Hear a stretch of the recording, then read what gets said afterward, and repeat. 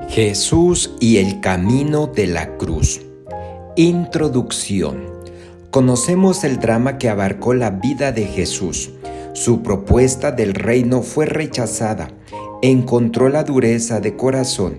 El judaísmo, en particular el fariseísmo, se encerró en sus creencias, en sus tradiciones, en sus dogmas, en su imagen de Dios y condenó a Jesús como blasfemo, Mesías ficticio y falso profeta. La condenación a muerte de Jesús fue consecuencia de su vida y de sus obras de misericordia. Estas escandalizaron a los piadosos del templo. Para ellos Jesús había ido demasiado lejos. Intentaron encuadrarlo dentro de los cánones del tiempo. Después procuraron de reducirlo al silencio. Enseguida lo enemistaron con el pueblo y con las autoridades romanas. Lo expulsaron de la sinagoga, excomulgándolo. Lo difamaron acusándolo de poseído del demonio, de hereje samaritano, comilón y bebedor y amigo de gente de mala clase. Lo amenazaron de muerte, haciéndolo ir al exilio. Finalmente decidieron matarlo. Lo apresaron, lo torturaron, lo sometieron a juicio y crucificándolo en el Calvario. La muerte de Jesús en la cruz no fue para ellos sino un crimen más. ¿Cómo reacciona Cristo, hombre lleno de tortura y misericordia? San Marcos nos dice que se entristeció profundamente por la dureza de corazón. Se produjo un desgarramiento en el interior de su alma. Él no deja de amar, de anunciar la alegría del reino que nace de la conversión, de creer que el Padre amoroso es también el Padre de los que lo rechazan. Su amor para los enemigos se manifiesta como denuncia profética de la dureza del corazón que los imposibilita para acoger el reino. La ira santa de los ay de ustedes, escribas y fariseos, no es expresión de rechazo de las personas, sino de su mentalidad. Es una forma de amor para alerta y previene contra el desastre que produce la dureza de corazón. Su amor para con los enemigos se manifiesta también en el sacrificio y el ofrecimiento del perdón. No deja que el odio tenga la única palabra, sino el amor, aunque sufrido y doliente. Decide no echar pie atrás, no desistir ni huir, sino ofrecer su vida y sacrificarse. En esta situación no hay otro camino para Jesús sino el martirio. Mantiene su fidelidad a Dios y a su proyecto del reino del Padre. En estas condiciones Jesús debía morir realmente si quería permanecer fiel. La muerte no se presenta entonces como castigo, sino como expresión de libertad. Es donación, sacrificio libremente asumido. Esta actitud sacrificial no fue fácil para Jesús. Él tuvo que atravesar una profunda crisis. Tuvo que asimilar el trauma del rechazo y de la muerte hasta abrazarla con plena decisión de su libertad. A él también le pareció la cruz una ignominia y maldición, pues era el castigo para los falsos profetas. Siente la tentación del poder, invocar las legiones celestiales y derrotar a los enemigos. Subyugaría a los hombres, pero no los conquistaría. El reino no sería inaugurado porque éste viene únicamente con la libertad y no por la imposición de la violencia. Siente la tentación de la soledad. Muerto de tristeza, pide a los apóstoles: quédense aquí conmigo y velando. Tuvo que orar solo y enfrentarse desamparado con el espectro de la muerte violenta. Siente la tentación de infidelidad. Padre, si es posible, aparte de mí este cáliz. Como dice la epístola a los Hebreos, entre clamores y lágrimas dirigió oraciones y súplicas, y en el sufrimiento aprendió a obedecer, es decir, a ser fiel. Finalmente siente la terrible tentación de la desesperanza. En lo alto de la cruz grita al cielo: Dios mío, ¿por qué me has abandonado? Y la experiencia del infierno, de la ausencia de Dios, de la súplica sin respuesta, supera todas las tentaciones en una entrega total, en un vacío pleno. Hágase tu voluntad, Padre, en tus manos entrego mi espíritu. La muerte y la crisis de la muerte fue el precio de la fidelidad a su verdad. No permitió que la muerte fuese señora de la vida e impusiese sus normas. La vida en la tierra no es el supremo valor. Hay cosas por las cuales vale la pena entregar la vida. Morir así es un valor supremo. Hay una vida que no puede ser absorbida por la muerte, aquella que acepta morir por Dios, por los demás y por la causa de la justicia de los humildes. La resurrección revela todo el vigor de esta vida sacrificial. Ella no fue vencida, fue introducida en la suprema plenitud de la vida divina. La resurrección representa la realización de lo que el reino de Dios significa. El proyecto de Jesús no fracasó, ni permaneció como mera promesa y profecía. Se realizó en el crucificado. Por eso ahora es el viviente, el que tiene las llaves de la muerte y del infierno. Con otras palabras, Cristo aparece como el vencedor de la muerte. Lejos de exaltar la cruz y el sufrimiento, vino a destruir su imperio. Si Cristo murió y resucitó, fue para ser Señor tanto de los vivos como de los muertos. La resurrección de Cristo es una victoria y establece el señorío de Dios sobre su creación dominada por fuerzas siniestras. No es, en primer lugar, una expiación, un rescate o una reparación. Es una liberación de la muerte, muerte hacia el reino de la vida y de la libertad. Jesucristo muerto y resucitado. Tanto la muerte como la resurrección de Jesús están ligadas a su vida. La muerte fue la consecuencia de la oposición de su vida y sus obras. La resurrección es el triunfo de la vida de Jesús, aquella vida de entrega, donación y servicio, aquella vida de intimidad con el Padre hasta el punto de identificarse con Él. No podía acabar en la cruz. Era más poderosa que la muerte.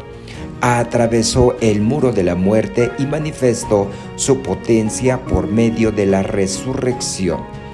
Pasión, crisis, muerte y resurrección constituyen una unidad y un mismo misterio pascual. Se trata de momentos de un único proceso, polos de una misma estructura. Romper esta unidad implica perder la novedad de Jesucristo. Si solo anunciamos la cruz sin la resurrección, acabaremos por magnificar el dolor y dejaremos las lágrimas sin consuelo. Si predicamos la resurrección sin la cruz, caeremos en una ideología exaltadora de la vida, indiferentes a los que sufren y a los asesinados. Proclamamos la unidad del misterio pascual. Aquel que fue rechazado y crucificado es el mismo exaltado y resucitado. La resurrección solo tiene sentido en el telón de fondo de la lucha de Jesucristo en favor de la vida y del Dios vivo. A su vez, la muerte de cruz solo se comprende como condenación por parte de los que se opusieron al proyecto de la vida del reino. El misterio pascual de Jesús demuestra la trayectoria del triunfo, propuesta del reino, exigencia de conversión, rechazo por parte de los judíos, crisis por parte de Jesús, crucifixión por los judíos, resurrección de Jesús por Dios. En la actual situación del pecado, el reino solamente viene por la conversión o por el martirio. Tanto la conversión como el martirio exigidos por la vida nueva, implican ruptura y sufrimiento. Es el precio de la plena liberación. La cruz no puede significar la legitimación del sufrimiento, sino un volverse contra él. A partir del misterio pascual de Jesús, el cristianismo solamente habla del sufrimiento partiendo de su superación por la resurrección.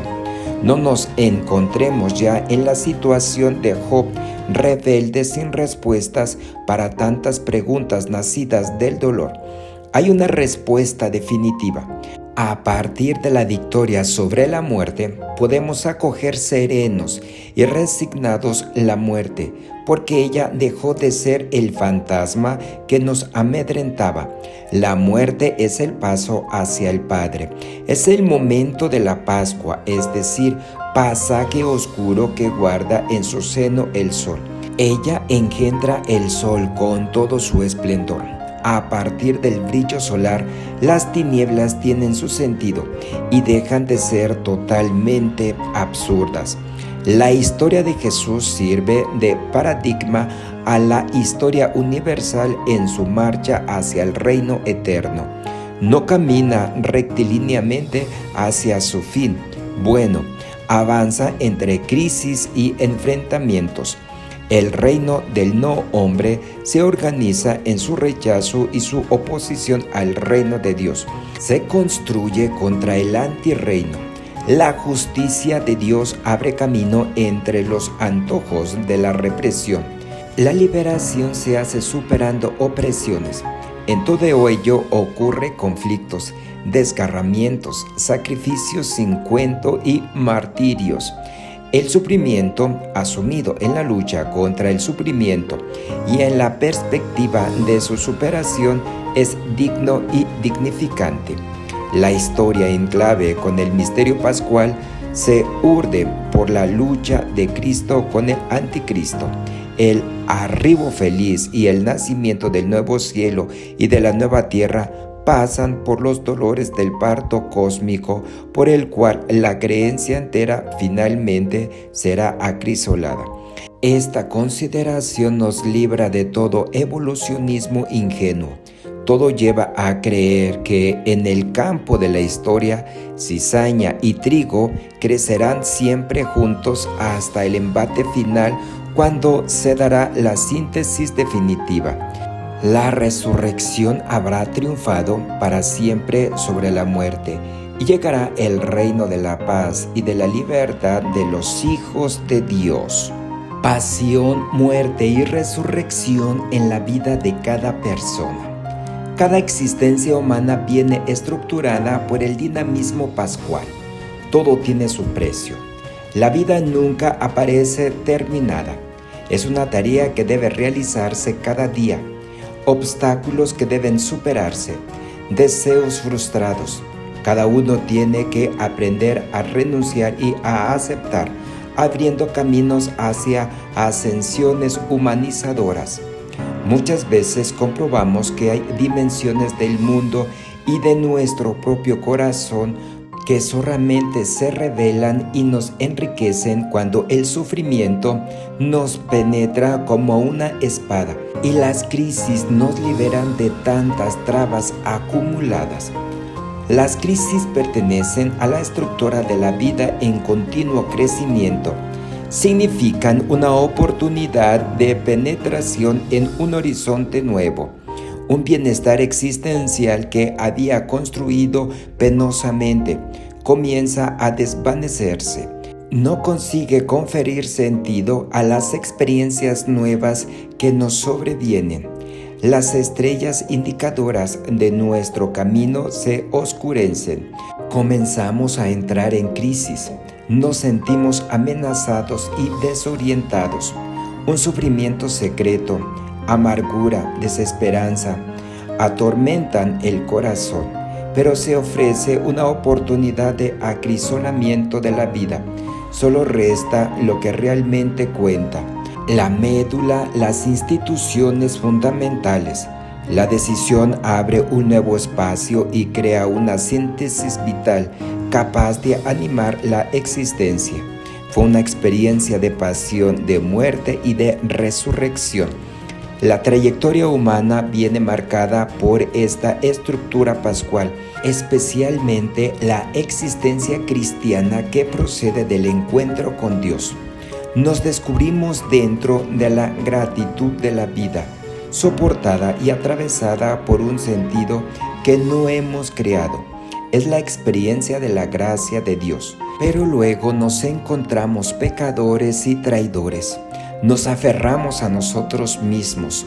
Nos sentimos incapaces de darnos a los demás. Sutilmente introducimos malicia en casi todos nuestros gestos.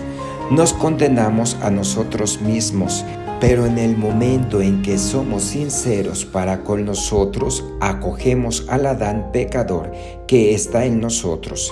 Escuchamos el mensaje de Jesús libertador. Hijo mío, vete en paz. Tus pecados te son perdonados. Resucitamos a un nuevo comienzo y volvemos a saborear la gratitud del ser. Nuevamente nos descubrimos decadentes. Experimentamos la muerte en nosotros, al entregarnos confiados en los brazos del Padre de infinita ternura. Resucitamos de nuevo a su amistad y al gusto de existir. En la experiencia del infierno, el purgatorio y del cielo, sufriendo, muriendo y resucitando, vamos construyendo nuestro encuentro con Dios.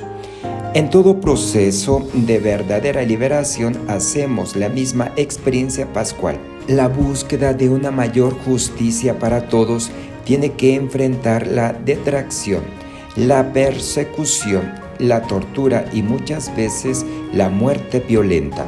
Los sistemas se cierran, sus agentes se muestran represivos y eliminan a los profetas y a los que buscan la liberación de los oprimidos. Así como la redención de Cristo no se hizo sin sangre, tampoco la liberación de los oprimidos no se hará sin martirio. Pero estas muertes engendran la victoria infalible de la libertad. Como decían los antiguos cristianos, más vale la gloria de una muerte violenta que el gozo de una libertad maldita. El mártir, por la causa de la libertad que elige morir libremente, responde a la situación opresora. Se hace sacramento de una vida cuya dignidad es más consciente para todos los represores. El camino de la cruz solo aparentemente destruye al hombre. En realidad lo dignifica y ennoblece. A la luz del misterio pascual de Jesús, sabemos que la cruz engendra la resurrección y con ella la victoria plena de la vida y la libertad. Cada existencia humana, por más humilde que sea, está bajo el signo pascual. También ella está llamada a crecer, desarrollarse y madurar ante Dios y ante los hombres. En este proceso experimenta las espinas de la crisis, atraviesa noches oscuras y tenebrosas para poder irrumpir en el grato horizonte de la luz que ilumina los rincones de nuestra morada. Quien valerosamente acepta todo, continúa creyendo y tenazmente alimenta la lumbre de la esperanza. Encontrará razones para vivir y sabrá también por qué morir. En él la vida es más fuerte que la muerte, porque la atravesó y ya la dejó atrás. Nuestro Vía Crucis guarda una estructura pascual. En cada estación se da, en miniatura, la muerte y la resurrección. Así, la vía sacra de Cristo concreta el paradigma de toda existencia humana en el camino de su personalización. Nota: este tema fue tomado del Vía Crucis de la Resurrección, escrito por el teólogo Leonardo Boff el 25 de marzo del 2016. Estás en el canal Abraham 3 Puntitos. Si te gustó este tema, suscríbete, compártelo, dale like.